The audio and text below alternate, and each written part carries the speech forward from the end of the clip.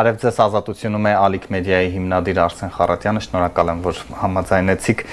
Եվ այսպես Անտալիայի դիվանագիտական ֆորումում փաստորեն պայմանագրի համաձայնեցումից հետո առաջին անգամ հանդիպեցին Հայաստանի եւ Ադրբեջանի արտգործնախարարները, բայց արդյոք դուք փակուղային չէիք բնորոշի այս իրավիճակը, երբ 17 կետերի շուրջ կա համաձայնություն, սակայն Ադրբեջանը բացեի բաց սահմանադրություն փոխելու պահանջ է դնում, Երևանն էլ համաձայն չէ, համենայն դեպս կարծես այդպես է հնչում։ Երևանը առերևույթ բնականաբար չի համաձայնում սրան եւ ճիշտ է անում, կարծում եմ նաեւ ենթադրում եմ, որ պայմանագրի տեքստում ադրբեջանական կողմը փորձ է արել դրանք եւս ներառել եւ մենք կարողացել ենք դրանք դուրս թողնել եւ Ադրբեջանը հիմա այս կերպ է փորձում հասնել դրան։ Կարևոր է մի կողմ դնենք երկկողմ հանդիպումը, դե փակ հանդիպում է, բնականաբար ենթադրում եմ, որ արտգործնախարարի վերադարձից հետո կունենանք որոշ դետալներ կամ հրապարակային հայտարարություններ կլինեն, բայց ավելի կարևոր է հասկանալ, տեսանք նաև այդ պանելային քննարկումը, որտեղ Հայաստանի, Վրաստանի եւ Ադրբեջանի արտգործնախարարներն էին եւ հիմնական կենտրոնացումը Հայաստան-Ադրբեջան մասով էր եւ այդ դեբատը սահմանադրության փոփոխության հետ կապված տեղի ունեցավ։ Կարևոր է, որ ասվեց այն, ինչն է Հայաստանի դիրքորոշումը, իմաստնավորի այն, որ բուն սահմանադրությունը տարածքային պահանջներ չի ներառում, հղումը անկախության հռչակագրի վրա չի ենթադրում, որ դա նաև սահմանադրության մասն է, մինչդեռ Ադրբեջանը, որը իրեն հռչակել է Մուսավաթական Ադրբեջանի իրավահաջորդ, այո, այդ հիմքով կարող է հավակնություններ ունենալ Հայաստանի տարածքային ամբողջականությանը։ Լավ է, որ դա արտիկուլացվեց, ասվեց հրապարակային եւ այս տրամաբանության մեջ։ Ես շատ մեծ հույս ունեմ, որ այնուամենայնիվ պայմանագրի ստորագրման տեղի եւ ժամկետի հետ կապված է եղել խոսակցությունը։ Կարծում եմ, որ դա կարելի է անել նույնիսկ բանակցային փուլում, եւ եթե Հայաստանը հայկական կողմը իրապես ցանկանում էր այդ փաստաթուղթը ստորագրել, ապա պետք է ջանք դնել, որպեսզի դա ունենայինք նաեւ այս փուլում։ Բայց ձեր լավատեսությունը արդյոք արդարացված է կամ հույսը, որովհետև նույն այդ դեբատի ժամանակ կարծես թե Բայրամովը հստակ նշաններ տվեց, որ չեն ստորագրելու, քանի դեռ սահմանադրության հարցը չի լուծվել։ Չասեմ, ես լավատեսություն չունեմ, ես ընդհանրապես փորձում եմ վերլուծել, թե ինչ է խոսվում, իհարկե չեն ստորագրելու, իրենք դա դրել են հենց հայտարարման օրը, հիշում ենք մարտի 13-14-ին, երբ հայտարարվեց այն մասին, որ տեքստի շուրջ համաձայնությունը կա, անմիջապես հենց նույն օրը հայտարարվեց երկու նոր նախապայմանի մասին, սահմանադրության փոփոխությունը եւ Եհակոմ Մինսկի խմբի ցրելը։ Սա գիտենք, ինչը նշանակում է նաեւ, որ փաստացի ադրբեջանական կողմն էլ է հասկանում, որ երկու խնդրեմ կարող է լինել առնվազն սահմանադրության մասով։ Մեկն այն է, որ դա արագ չի լինելու եւ Հայաստանն այդ մասին հայտարարել է եւ առաջ է շարժվելու իր օրակարգով սահմանադրության փոփոխության հետ կապված։ Երկրորդը, իսկ ինչ եթե չընդունվի։ Հայաստանի օրենսդրությամբ սահմանադրական հանրակրվեն կարող է նաև չընդունվել, իսկ ինչ, այսինքն ուղիղ կապված է լինելու պայմանագրի տեքստը դրանից։ Շատ ձայն է պետք 600,000-ից ավելի ձայն։ Այսինքն մենք նախկինում ունեցել ենք, գիտեք,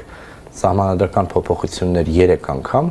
15 թվականին, 15 թվականին, առաջին ընդունվել է 95-ին, բոլոր սահմանադրությունները տարբեր ձևերով կասկածի տակ են առնվել։ Հիշում եք 2005 թվականի սահմանադրությունը նույնիսկ անվանվում էր ուրվականների հանրակրվե։ Այսինքն այդքան քիչ մասնակցություն էր։ Սա խնդրեմ է ընդհանրապես, կարծում եմ, որը պետք է նայել, գուցե պետք է վերանայել, չգիտեմ։ Մարդիկ չեն մոտիվացվում գնալ հանրակրվեի։ Եվ միայն հանրակրվեի խնդիրը, այսինքն եթե խնդիր է դնելու սահմանադրական փոփոխությունները, հիշում եք, որ դա 18 թվականի հեղափոխական խոստում էր։ Ես չգիտեմ ինչ սահմանադրություն ենք ստանալու հիմա, արդյոք խոսքը վերաբերելու է նախագահական պետության վերադարձին, ինչ կոնկրետ կետեր կան, որտեղ փոփոխության առաջարկ է լինելու։ Ես ենթադրում եմ, որ սահմանադրական հանրակրվեն լինելու է նաև 2026 թվականի խորհրդարանական ընտրությունների ընթացքում, որը դառնալու է նաև վստահության հանրակրվե գործող քաղաքական մեծամասնության համար։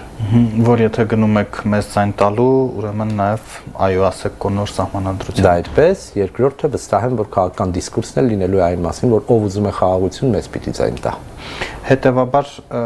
առնվազն մի տարի հետաձգվում է խաղաղության պայմանագիրը։ Ամենակիչը, այո, վստահաբար։ Բայց զուգահեռ մենք այսօր տեսնում ենք, որ փամփուշտները արդեն խնածախի մշակույթի տուն են հասել, այսինքն Ադրբեջանը գուցե նաև արդեն էսկալացիայի է պատրաստվում։ Ես խիստ կասկածում եմ, որ Ադրբեջանը գնալու է լայնածավալ պատերազմի։ Դրա համար հիմքերը ունեմ այնքանով, որ գտնում եմ, որ չունեն միջազգային աշխարհակաղակական կոնսենսուս նման հարձակման համար։ Ադրբեջանը ջանք չի խնայում, որպեսզի ամերիկյան կողմի հետ համաձայնեցնի նաև այս գործողությունը եւ կարծում եմ այնտեղից կանաչ լույս չկա։ Նաև պետք է նայել այն երկրները, որոնք ողջունել են այս պայմանագրի ստորագրման պատրաստակամությունը կամ տեքստի շուրջ համաձայնությունը եւ այդ երկրների այդ մոտեցումն ինքնին որոշակիորեն սաստիչ հանգամանք պիտի լինի։ Անհասկանալի կլինի, թե ինչու է Ադրբեջանը հիմա դա անում, այս մասին շատ է խոսվել։ Հավանականություն կա նրա, որ կարող է որոշակի արկածախնդրության կամ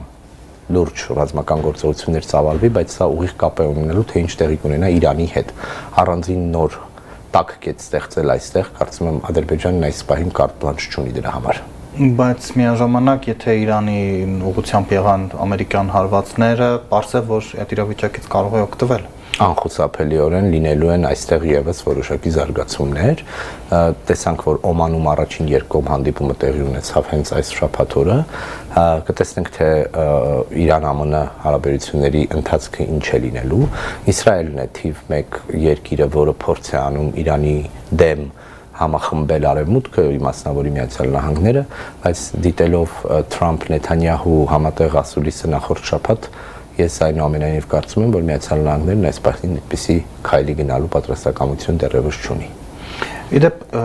ճանապարհի հարցում էլ կարծես հետ ընթաց կա, այդ բանակցություններից հետո Արադ Միրզոյանն ասել է, որ հայկական կողմի առաջարկին կար նախնական դրական վերաբերմունք, որը հիմա սառել է, խոսքը հիշում ենք գնացքով բեռները փոխադրելու մասին է, դրան ինչու համաձայն չէ Ադրբեջանը։ Դրան նախորդել էր, եթե հիշում եք, Ալիևի այն հայտարարությունը, որ եթե չեք ուզում, մենք Իրանի միջոցով ենք անելու այս կապը, մեծ հաշվով ուզում են ասել, որ կամ մեր պայմաններով է լինելու այդ ճանապարհը կամ չի լինելու, որովհետև դրանից օգտվողը լայվ լինելու եք դուք առնվազն տրանզիտի եւ անվտանգային տրամաբանության մեջ։ Ադրբեջանը այս հարցում կարծես թե դեռևս որևէ փոփոխության չի գնում, իրենք պնդելու են կամ ցանկանալու են ունենալ այլ կարգավիճակով ճանապարհ։ Միջանցքաշ։ Սա ուղիղ կապված է նաեւ ռուսական հետաքրքրության հետ, ինչպես գիտեք, միջանցքի վերահսկողության հարցը մնում է հենց ռուսական դաշտում եւ այս տեսանկյունից պետք է հասկանալ ինչպես են դիրքավորվում մյուս երկրները։ Ակնհայտ է, որ այդպիսի ռուսական եւ ոչ միայն ռուսական, բայց Հայաստանի սուվերենությունից դուրս կամ մեր վերահսկողությունից դուրս հնարավոր ճանապարհը ձեռնտու չի տարածաշրջանային երկրներից Իրանին, առնվազն ես տեսնում եմ, որ Թուրքիան այնպես չի, որ շատ շահագրգիռ է, ինքը պատրաստ է որևէ կերպ, քանի դեռ Ադրբեջանին դա ձեռնտու է, բայց վստահ եմ, որ Եվրամիությունը եւ Միացյալ Նահանգները նույնպես շատ երջանիկ չեն նման ճանապարհի հնարավորությամբ, ուստի սա բարդություն է, որը որ չի կարողանում լուծել Ալիևը դեռևս։ Իդեպ տեղից չի շարժվում նաև հայ-թուրքական հարաբերությունների օրակարգը եւ նախարար Միրզոյանը ուղղակի խոստովանել է այս բանակցություններից հետո, որ Անկարայի հետ սահմանափակումները հենց հայ-ադրբեջանական գործընթացով են պայմանավորված։ Ուզենք թե չուզենք, սա այսպես է, այլևս կատարված իրողություն է այն փաստը, որ Ադրբեջանը դերակատար է հայ-թուրքական կարգավորման գործում։ Սա թուրքական կողմի ցանկությունն է դարձել նաև, բնականաբար Արցախյան պատերազմից հետո Ադրբեջանն էլ ավելի է, այսպես ասած, ամբողջատիրական մոտեցումներ որդեգրել եւ Թուրքիայի համար էլ կարեւոր պարտներ է, բնականաբար Էրդողանը չի թաքցրել այն, որ քանի դեռ չեք լուծել հայ-ադրբեջանականը, այստեղ առաջընթացի շանս շատ չի լինելու։ Հիմա մեզ համար թերևս առավել խնդրահարույցը հետեւյալն է, արդյոք մենք պատրաստ ենք հայ-թուրք-ադրբեջանական ֆորմատով աշխատել այս խնդիրները լուծելու համար, փորձ է արվել պետական պաշտոնական մակարդակում զերծ մնալ այսպիսի տրամաբանությունից, պահելով հայ-թուրքականը որպես առանձին ուղղություն, բայց կարծես թե մենք կատարված իրողության հետ ունենք հիմնական այս գործի դեմ հանդես եկողը Ադրբեջանն է եւ շարունակում է լինել, իսկ Հայաստանը Թուրքիայի համար այն կարեւորությունը չունի, որպեսզի առանց Ադրբեջանի հաշվի առնելու կարգավորումը տեղից շարժվի։ Ցավոք այսօր այդ իրողության հետ ենք առնչվում։ Եթե այս մասը ամփոփենք, դուք չունեք այդ մտավախությունը, որ Հայաստանը շատ է հնչում, որ այս երկու պետությունները ընդհանրապես Հայաստանը կուլ տալու մեծ ծրագիր ունեն եւ այդ վերջը զիջումների չի լինել, չի երևում։ Գիտեք, չընդհանրացնենք, հա, այսինքն այո, Թուրանի մասին կարող ենք խոսել հիմա, այսինքն եւ շատ էլ վախենալու բաների։ Այո, չէ, պետք է խոսել եւ պետք է հաշվի առնել այն հնարավոր մեգա ծրագրերը, որոնք գոյություն ունեն մեր տարածաշրջանում, բայց ես չեմ ուզում այդ ֆոբիաների հետ աշխատել այս բaragայում, ուզում եմ հասկանալ։ Հիմա նայենք Վրաստանի դեպքը, հա, այսինքն որը մեծ հաշվով արդեն Ադրբեջանի եւ Թուրքիայի հետ էֆեկտիվ կոմունիկացիաների հիմնական կապողն է։ Խնդիրներ կան։ Թուրքիան եւ Ադրբեջանը բնականաբար բավականին լուրջ ազդեցություն ունեն Ադրբեջանի վրա, որովհետեւ Ադրբեջանը այսօր էլ Վրաստանում թիվ 1 ներդրողն է։ Թուրքական կապիտալի պակաս չկա։ հատկապես Աջարիայի հատվածում, որտեղ նաև մահմեդական վերած մուսուլման վերած բնակչություն կա եւ Թուրքիայի ազդեցության ծավալները անհանգստացնում են ընդհանուր առմամբ երկրում շատերին, այսպես շարունակ, բայց Վրաստանը կարողանում է եւ ինքն իր իշխանությունը պահել եւ դեպքեր կան, երբ որ դա նույնպես կասկածիտակ է առնվում, երբ օրինակ լրագրող է առաբանվում Վրաստանից եւ տարվում Ադրբեջան, սա իհարկե այսպես ասած հասկանալի է եւ խնդիրների պակաս չկա, այսպես արտագույն ակնոցներով չնայենք հարցին, բայց ես կարծում եմ, որ կարող ենք եւ հնարավոր է որոշակի բալանսավորման հարաբերությունների կարգավորմանը գնալ եւ չտրվել նրան, որ այսպես եթե շատ այսպես պատկերավոր ասենք քարտեզի վրա մեզ սենդվիչ են սարքելու Ադրբեջանն ու Թուրքիան գալու են դիպչեն իրար, շատ բան կախված է թե ինչ առաջընթաց կունենանք մոտ ապագայում, դրա մեծ հավանականություն չկա իհարկե, ես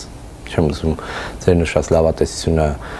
շարունակել այն իմաստով, որ կարծում եմ, որ թե շատ մոտ ապագայում պայմանագիր է ստորագրվելու, բայց Հայաստանի դիրքավորումը այս տեսանկյունից որպես կառուցողական կողմ առանցքային ու կարևոր է։ Դուք համաձայն եք, որ արցախցիների վերադարձի թեման փակ է։ Քաղաքական դիվանագիտական առումով ոչ մի դեպքում, ես կարծում եմ, որ արցախցիների վերադարձի իրավունքը պիտի մնա օրակարգում եւ Հայաստանի արտաքին քաղաքականության օրակարգում նաեւ պիտի լինի։ Այս իշխանությունը այս փուլում դա չի անելու, սա արդեն պարզ է, բայց ես կարծում եմ, որ առանց դրա մասին խոսելու կարգավորումն իրականում հեռանկարում հնարավոր չէ։ Չխոսելով դրա մասին, չքննարկելով դա, հիմա տեսեք բարոյա-էթիկական մասով մարդիկ ովքեր որ մեղադրում են նրանց, որոնք որ խոսում են, այդ նույն իշխանության մեր գործընկերներն ասում են, սին հույսեր ենք տալիս այդ մարդկանց եւ այլն եւ այսպես շարունակ։ Այստեղ խնդիրը սին հույսեր տալու մասին չի, այս մարդիկ սեփականություն են ունեցել, հայրենիք են կորցրել։ Մի կողմ եմ դնում միջազգային իրավական շողարշը, նույնիսկ եթե բաղը խոսելու ենք Ադրբեջանի կազմում այս տրամաբանության մասին, բայց այս մարդկանց հետ տեղի է ունեցել բացահայտ ուրեմն հանցագործություն, այդ մարդիկ տներ են կորցրել եւ իրենց վերադարձի իրավունքը օրակարգից հանել ուղղակի իրավունք չունենք։ Դե արտգործնախարարությունը ինչով է բացատրումը հանելը, որ այս եղած 17 կետի վրա ենք քար գցելու, եթե մի հատ էլ վերադարձի հարց տնենք բանակցային սեղանին։ Դե հիմա թող այս 17 կետերով փաստաթուղթը դեռ կարողանան ստորագրել, հետո կխոսենք, կարող է վաղ ուրիշ իշխանություն կգա կամ չգիտեմ ինչ տրամաբանություն կփոխվի կամ այդ 17 կետերի հետ կապված էլ, այսինքն դեռ պիտի տեսնենք, այնտեղ ես որքան հասկանում եմ, նաեւ պայմանագրում կա Կարսի եւ Մոսկվայի պայմանագրերի նմանությամբ հանձնառություն, որոնցով կողմերը պիտի ստանձնեն պարտավորություն միմյանց դեմ չհրահարել որևէ բան։ Հա, այսինքն սա օրինակ բավականին խնդրահարույց կետ կարող է։ Որտեղ մեկնության խնդիր է, ով ինչ կուզի։ Եվ վաղը եթե արցախցիները կամ որևէ մեկ այստեղ հանրահավաք է անում, ադրբեջանցիները կարող են դա մեկնաբանել որպես այդպիսի հրահրում։ Մոսկվայի եւ Կարսի պայմանագրերում սա շատ կոնկրետ Խորհրդային Միությունն ու Քեմալական Թուրքիան վերցրել էին իրար միմյանց վրա եւ այս պատմության այս դրվագը հիշենք 1965 թվականին, երբ Հայաստանում եղավ հայոց ցեղասպանության հետ կապված Խորհրդային Հայաստանում հայոց ցեղասպանության հետ կապված հանրահավաքը, այնքան մասշտաբները մեծ էին, որ թուրքական կողմը կարծել էր, որ սա իսկապես հարձակման է տանելու եւ որովհետեւ այդ պայմանագրի հետ կետնել կար եւ բանակը վերադիրքավորել էին Կարսի Բայազետի հատվածում, այսինքն Խորհրդային Միության սահմանակից հատվածում ենթադրելով, որ սրան պիտի հաջորդի անպայման հարձակում։ Նկատի ունեմ այսպիսի մի կետ ունենք նաև այնտեղ այդ պայմանագրում նաև խնդրահարույց այլ հարցեր են լինելու, դեռ այն որ ասում եք հիմա դա էլ ասենք կասեն այս պայմանագիրն էլ չենք ստորագրում, դեռ տեսնենք այս պայմանագիրը ստորագրում, որտեղ նախապայմանների պակաս ինչպես տեսնում եք չկա։ Այդքան շատ խոսվում է արցախցիների նկատմամբ ատելության մթնոլորտի մասին, դա դուք նկատում եք, թե ավելի շատ միայն Facebook-ում է։ Քաղաքական առումով եմ, դա քաղաքականացված հարց է։ Հանրային մակարդակում կարծում եմ չկա։ Ես շատ արցախցի ընկերներ ունեմ, ամենօրյա ռեժիմով եմ շփվում եւ նաեւ փորձում եմ հասկանալ։ Եվ կենցաղում նրանց չեն նեղացնում ինչ-որ։ Շատ ավելի քիչ է, քան ինչ որ տեսնում ենք Facebook-ում, Փարքասու, բայց քաղաքական մակարդակում կա ցավոք եւ այդտեղ մենք շատ նուրբ սառույցի վրայով ենք քայլում, շատ զգույշ պետք է լինել։ Իհարկե սենսորները բաց են, մարդիկ շատ լարված են, վիրավորական ամեն մի փոքր բան կարող է վիրավորական թվալ, բայց ընդհանուր առմամբ կարծում եմ, որ քաղաքական դիսկուրսում պետք է վերանայել այս խոսակցությունն ընդհանրապես հանրային մակարդակում ես այդպիսի լայն խնդիր չեմ տեսնում, ավելին առավելապես ավելի շատ կամեցողություն եմ տեսնում եւ կարծում եմ, որ այսպիսի բան կա, չի նշանակում սա, որ մեր հանրության մեջ չկան մարդիկ, որոնք որ այդպիսի տրամաբանությամբ են, բայց ասում ենք սա խորը բարդ ու հին խնդիր է։ Սկսած մենք դա տեսել ենք եւ մեծ հայրենադարձության ժամանակ 40-ականներին այդ աղբար բառը որ ձևավորվեց, հետո տեսել ենք 70-60-ականներին հատկապես իրանահայության այստեղ ներգաղթի շրջանում, հետո 88 թվին ադրբեջանահայության ժամանակ իմ մորական կողմի ընտանիքը այդ շրջանում է եկել եւ մենք տեսել ենք տարբեր բաներ, հա, կենցաղային մակարդակում եւս։ Հետո ունեցել ենք սիրիահայերին, Փարքաստու սիրիահայերը կարծես թե ամենաշատը մնացին եւ ես շատ ուրախ եմ այդ կապով։ Ուզում ասեմ միայն դրա վրա կարծում եմ չպետք է կենտրոնալ, բայց շատ ուրախ եմ, որ ընդհանուր առմամբ հանրային մակարդակում կոլեկտիվ ատելության մասին խոսք լինել չի կարող։ Հայաստանյան ընդդիմությունը, նաև շատ արցախցիներ ասում են, որ սա ուղղորդված է իշխանությունների կողմից, վկայակոչելով կոնկրետ պաշտոնյաների անձանց ինչ-ինչ գրառումներ եւ այլն, համակարգված կանվանեիք դա։ Չի ուզի այդպես մտածել, անկեղծ ասեմ, որտեվ դա այդ դեպքում կդառնա շատ ավելի լուրջ խնդիր, քան այն ինչ մենք քննարկում ենք։ Բայց որոշ անզգույշ վարքագծեր տեսել ենք եւ այդտեղ պիտի իրենք իրենց հաշիվ տան, հատկապես հասկանալով, որ իրենք քաղաքական մեծամասնություն են ներկայացնում եւ ձայները շատ լսելի է։ Ինձ համար ավելի կարեւոր կլինի քաղաքականությունը պետական, որը տարվելու է, հատկապես արցախահայերի սոցիալական խնդիրներին վերաբերող, այդ մասին ձեր տաղավարում շատ են խոսել, նախորդ օրը տեսախ Խանոմյան Հայկն էր ներկայացնում խնդիրը։ Այստեղ առավել կարևոր է հասկանալ այս անցումը, պարզ է, որ անվերջ պետությունը չի կարող սուբսիդավորել նրանց բնակարանային խնդիրները, բայց այդ մարդիկ անտուն են փաստացի եւ քանի դեռ մենք չենք կարողացել համակարգնել, չի հասցրել գործել, պետք է հնարավորինս շատ ապահովենք նրանց, որովհետեւ այդ մարդիկ են, որոնք մնում են այստեղ Փարքաստու, մենք ուզում ենք, որ նրանք մնան Հայաստանում, Հայաստանի պետական քաղաքական իշխանությունը նույնպես պիտի ամեն օր իր վարքագծով եւ որոշումներով ցույց տա, որ ինքն իրոք ուզում է, որպեսզի արցախցիները մնան Հայաստանում։ Այնինչ տեղի ունեցավ Գյումրիում արդար է, դա մարդկանց ընտրությունն է արտահայտում եւ հնարավոր երկու ելքերն էլ Վարդան Ղուկասյան կամ Սարիկ Մինասյան, եթե կարողանան հաջողել չունենալով մեծամասնություն։ Դե կտեսնենք թիմ օրենքը ինչպես կաշխատի այստեղ, նաև պետք է հասկանանք, թե ինչ լուծում է լինելու, չէ՞, մեծ հաշվով դեռևս պարզ չէ։ Գիտեք, ընտրական ժողովրդավարության մասին են անընդհատ խոսում, ճիշտ է, ընտրական ժողովրդավարությունը շարունակում է կայուն աշխատել, հա, փաստ է, որ դրակեղծիքներ կամ այն ինչ մենք տեսել ենք ձեզ հետ մեկտեղ նաև լրագրող աշխատած տարիներին, դրան անգամ մոտ չէ, հա, այս առումով կարող ենք ասել, բայց դրան հետևած տեսել ենք այլ թիմ տարածքներում, օրինակ հաղթող տեխնացուի ձերբակալություններ եւ այլն։ Հիմա սա էլ ենք տեսել, մի կողմից ընտրությունը կարծես թե մաքուր է, հա, հետո հետևում են գործընթացներ։ Իսկ օրենքի գերակայությունը եւ գերիշխանությունը ժողովրդավարության մասը, հիմա այս մարդիկ, որոնք որ կրիմինալ անցյալ ունեն, ինչու են դեռ շարունակում ակտուալ լինել, այս մասին էլ տասնյակ անգամներ խոսվեց, բայց հիմա ունենք այն ինչ ունենք, եւ հիմա դրա հետ պիտի հաշվի նստենք, թե կախված նրանից թե ինչպիսին կլինի, որտեվ փաստացի խարխուլ լեգիտիմություն է ունենում այս կամ այն քաղաքապետը երկու պարագայում էլ, հա, այսինքն բարդ է լինելու, սա նաև թերևս լավ թեստ է, թե մեր թիմ համակարգը ինչպես է գործում, այնպես ինչպես ինքը, այսպես ասած, կառուցված է, այնպես ինչպես ինքը կա, եւ քանի որ մեծ հաշվով միևնույն է, մենք չունենք ապակենտրոնացման այնպիսի մակարդակ, որպեսզի թիմերը իրենք կարողանան իրենց հարկահավաքությունն անեն եւ շարունակում են կախված լինել տարբեր տիպի պետական աջակցությունից եւ ֆինանսավորումից, այդ անկախության մասին խոսելը ինքնին դժվար է, սա հեռահար իմաստով պիտի լուծվի, որովհետև շատ տարբեր պարագաներում այո այդ ապակենտրոնացումն է լինելու իսկական տեղական ինքնակառավարման առհավատ չեն։ Իսկ սա նաև համապետական ընտրությունների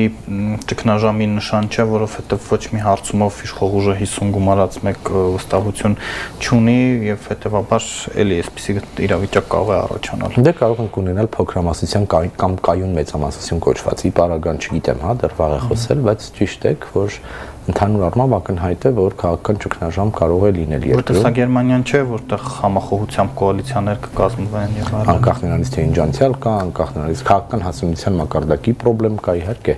Ես կարծում եմ, որ Գյումրին ամբողջությամբ պրոյեկտել հնարավոր համապետական ընտրությունների վրա ճիշտ չի լինի հաշվի առնելով այնուամենայնիվ մեզ մոտ թիմերի առանձնահատկությունը Գյումրին երկրորդ ամենամեծ քաղաքն է, ունի տարբեր տրամաբանություն, գիտեք, ունի կլանային համակարգ, ունի անցյալ տարբեր հարաբերություններ եւ այլն, եւ չենք կարողանալու փոխել մարդկանց եւ նոր քաղաքական գործիչներ մեկ օրում ունենալ,